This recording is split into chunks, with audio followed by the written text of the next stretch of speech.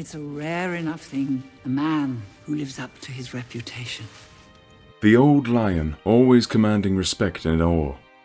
Considered by many the most powerful ruler in Westeros.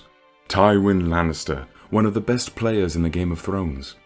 He's not just another noble, he's a legendary figure that built his house's reputation, knew how to establish alliances and eliminate his enemies, and if it were not for an unexpected turn of events, could have established the long-lasting legacy he yearned for. Today in Fantasy Archive we will get to know Tywin Lannister, starting with why he hated his father and how he transformed the reputation of his house that once was a mockery into a house that everyone respected, but most of all, feared. Stick with us until the end. We will also go over some of Tywin's best quotes. These principles are quite aligned with some of Niccolo Machiavelli in his book The Prince, enlightening us on how this strategic genius ruled Westeros twice without sitting in the Iron Throne. Tywin Lannister's journey began at Casterly Rock, where he was born as the first son of Lord Tytos Lannister and Jean Marbrand. Tytos, Tywin's father, was known as the Laughing Lion. He was a loving man, but he was also easily manipulated, eager to please, slow to anger, quick to forget, and overly trusting. Many lords borrowed money from him and never bothered to pay him back. Many of his bannermen did not follow his instructions. People thought they could easily twist the lion's tail. You see, even as a young lad, Tywin couldn't stand seeing his father being laughed at. So he became an enemy of laughter. When his father decided to marry his sister Gaena to Aemon Frey, lacking the character to refuse an uneven marriage, Tywin's fury flared up like a dragon's breath. At just 10 years old, he boldly spoke out against the wedding plans, setting the tone for the audacious life he would lead. Tywin was sent to King's Landing. There he became a royal page and cupbearer for King Aegon V Targaryen. He struck up friendships with Aerys II Targaryen and Stefan Baratheon. Things were going well for Tywin, but not for his house, so he started taking matters into his own hands. When he came of age, he took control of the Lannister family's debts and demanded repayment. If a house was unable to pay, they had to surrender a hostage to Casterly Rock until the debt was settled.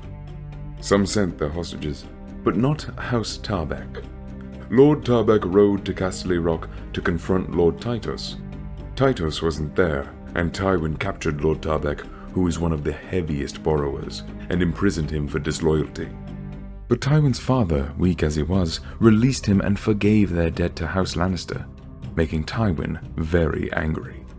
In less than a year, Houses Tarbeck and Rhaena rebelled, renouncing their fealty to Casterly Rock. Tywin decided to put an end to it. He marched with 3,000 men against Tarbeck Hall. Lord Tarbeck, with no time to call on his bannermen, was heavily outnumbered. His wife, Lady Ellen Tarbeck, called on her brothers Roger and Reynard from House Rain, but they didn't make it in time. Lord Tarbeck met the Lannister host with a few knights, but those who didn't die in the battle were executed. Then Tywin set a siege outside Tarbeck Hall and eventually burnt it with everyone in it as well. He showed no mercy. When Rhaen's family men finally reached Tarbeck Hall, it was already in flames. They fought briefly, but knew they had to flee because the Lannisters had more men. Lord Rhaen led all of his men into his castle's mines. They thought they were safer there with the terrain difficult for battle, but wrong they were. Tywin had his men block the entrances of the mine, leaving no way in or out, and had a dam built to redirect a stream into a close-by mine entrance. You could hear the shouts and screams, but within a day, everything was silent. All 300 men, women, and children were dead, drowned. This ruthless act became famous through the song The Rains of Castamere that everyone in Westeros knew. We see Bronn singing it before the Battle of Blackwater. After the death of King Jaehaerys II, King Aerys II named Tywin Hand of the King. In 263 AC, Tywin Lannister got married to his cousin Joanna Lannister. Interestingly, Aerys, the Mad King, was infatuated with Joanna, which was a sore spot for Tywin because Aerys didn't show respect for his marriage. Nevertheless, they were happy. A few years later, Joanna gave birth to twins, Cersei and Jaime.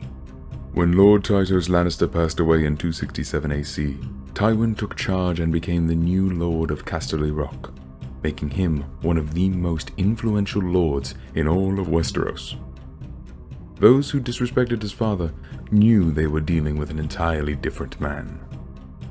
In 273 AC, when he lost his wife to childbirth, Tyrion Lannister was born a dwarf.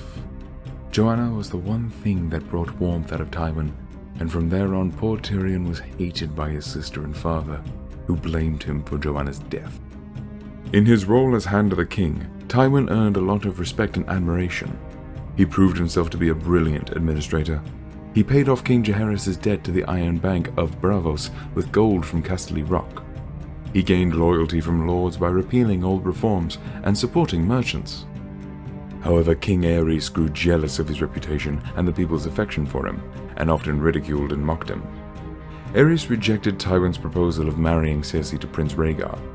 He also refused to allow Jaime to serve as Rhaegar's squire.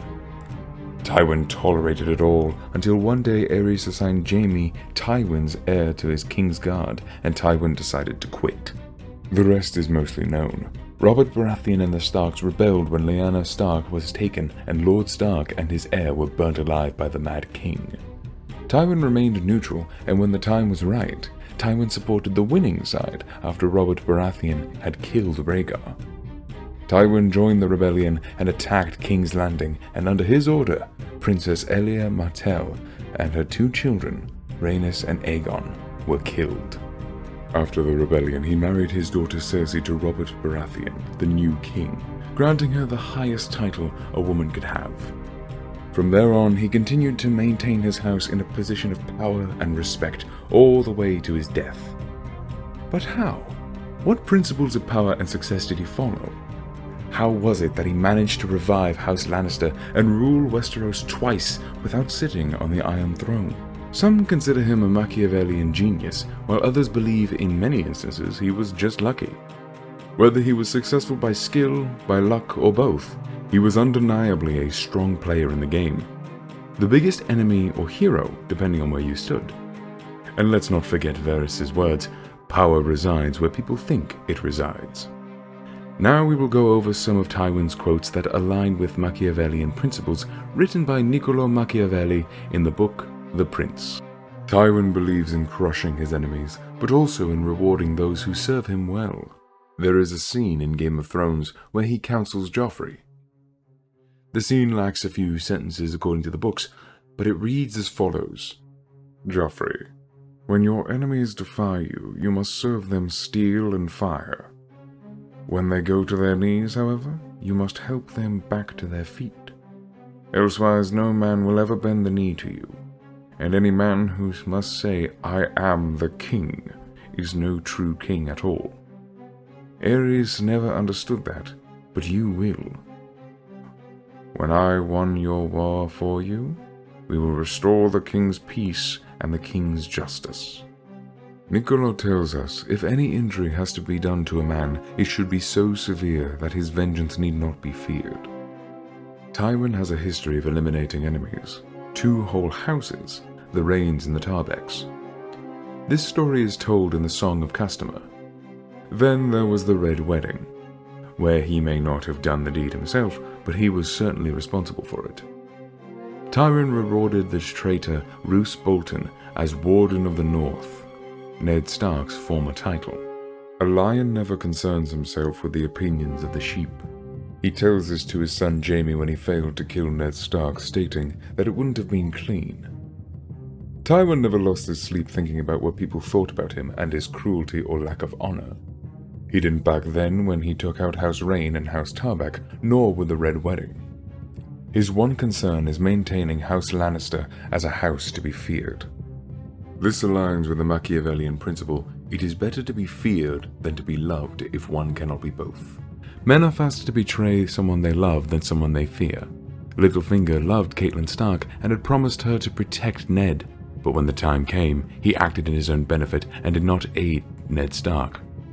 Robb attempted to be loved, to be a just king. Lady Catelyn Stark betrayed Robb when she released the Kingslayer in exchange for her daughters knowing she would not be killed. He was later betrayed by Lord Karstark when he killed the 2 Lannister children they had as hostages. He had them killed, but there was no threat to the rest of the Karstarks, so they abandoned the cause.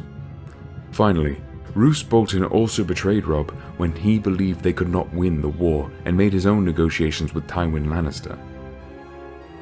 He would not have been betrayed as many times if he had been feared. Tywin Lannister was as much a fox as lion, Ned Stark a Game of Thrones. Niccolo tells us the lion cannot protect himself from traps and the fox cannot defend himself from wolves. One must therefore be a fox to recognize traps and a lion to frighten the wolves. Niccolo Machiavelli, the Prince. When Tyrion was captured by Catelyn Stark, Tywin had Sir Gregor destroy villages in the Riverlands with no banner. He knew what things to do under the table as well as identify when someone was trying to pull a trick on him. We see him arranging things to House Lannister's favor when he learned the Tyrells were planning to wed Sansa to Sir Loras. They would have secured the north, so Tywin had Tyrion marry Sansa and arrange for Cersei to marry Sir Loras. Tywin asks Tormund what makes a good king, and it concludes on being wise and learning how to listen to his counsel. The first method for estimating the intelligence of a ruler is to look at the men he has around him. Niccolo Machiavelli, the Prince. To protect yourself from flattery, people must feel comfortable telling you the truth without worrying about upsetting you. However, when everyone can freely tell you the truth, they might not show proper respect. So a wise leader should take a different approach. They should choose smart individuals in their group and allow them to speak the truth, but only when asked. These chosen advisors should be asked about everything, and their opinions should be heard. The leader should make decisions on their own terms while making sure that the advisors know they'll be appreciated the more honest they are. When Tywin saw Arya dressed as a boy in Harrenhal, he saw in her wit and cleverness and enjoyed her company. So he chose her to be his cupbearer. We see him in different moments like this throughout the series, removing from his presence those he deems useless and surrounding himself to those he considers the opposite. Everything Tywin did was for his family. Even though he was a skilled ruler, he didn't excel as a father, especially to his son Tyrion, who ended up being the one who brought about his downfall. Perhaps he never saw family as a threat. He failed to understand the principle that it was okay to be feared, but to avoid being hated. He who thinks new favors will cause great men to forget old injuries deceives himself. Niccolo Machiavelli, the Prince. Tyrion found out that Tywin had been with Tyrion's former lover Shae, revealing a shocking hypocrisy on Tywin's part. They had a heated argument, and Tywin insulted Tyrion by saying mean things about his former wife Tysha. Unable to bear the pain, Tyrion shot Tywin with a crossbow while he was in the toilet, and that was the end of Tywin's life. Tywin indeed followed some of Machiavelli's principles, but fell short of understanding all of them. George R.R. Martin shares that it is in fact Littlefinger who is the most Machiavellic. But that's for another video.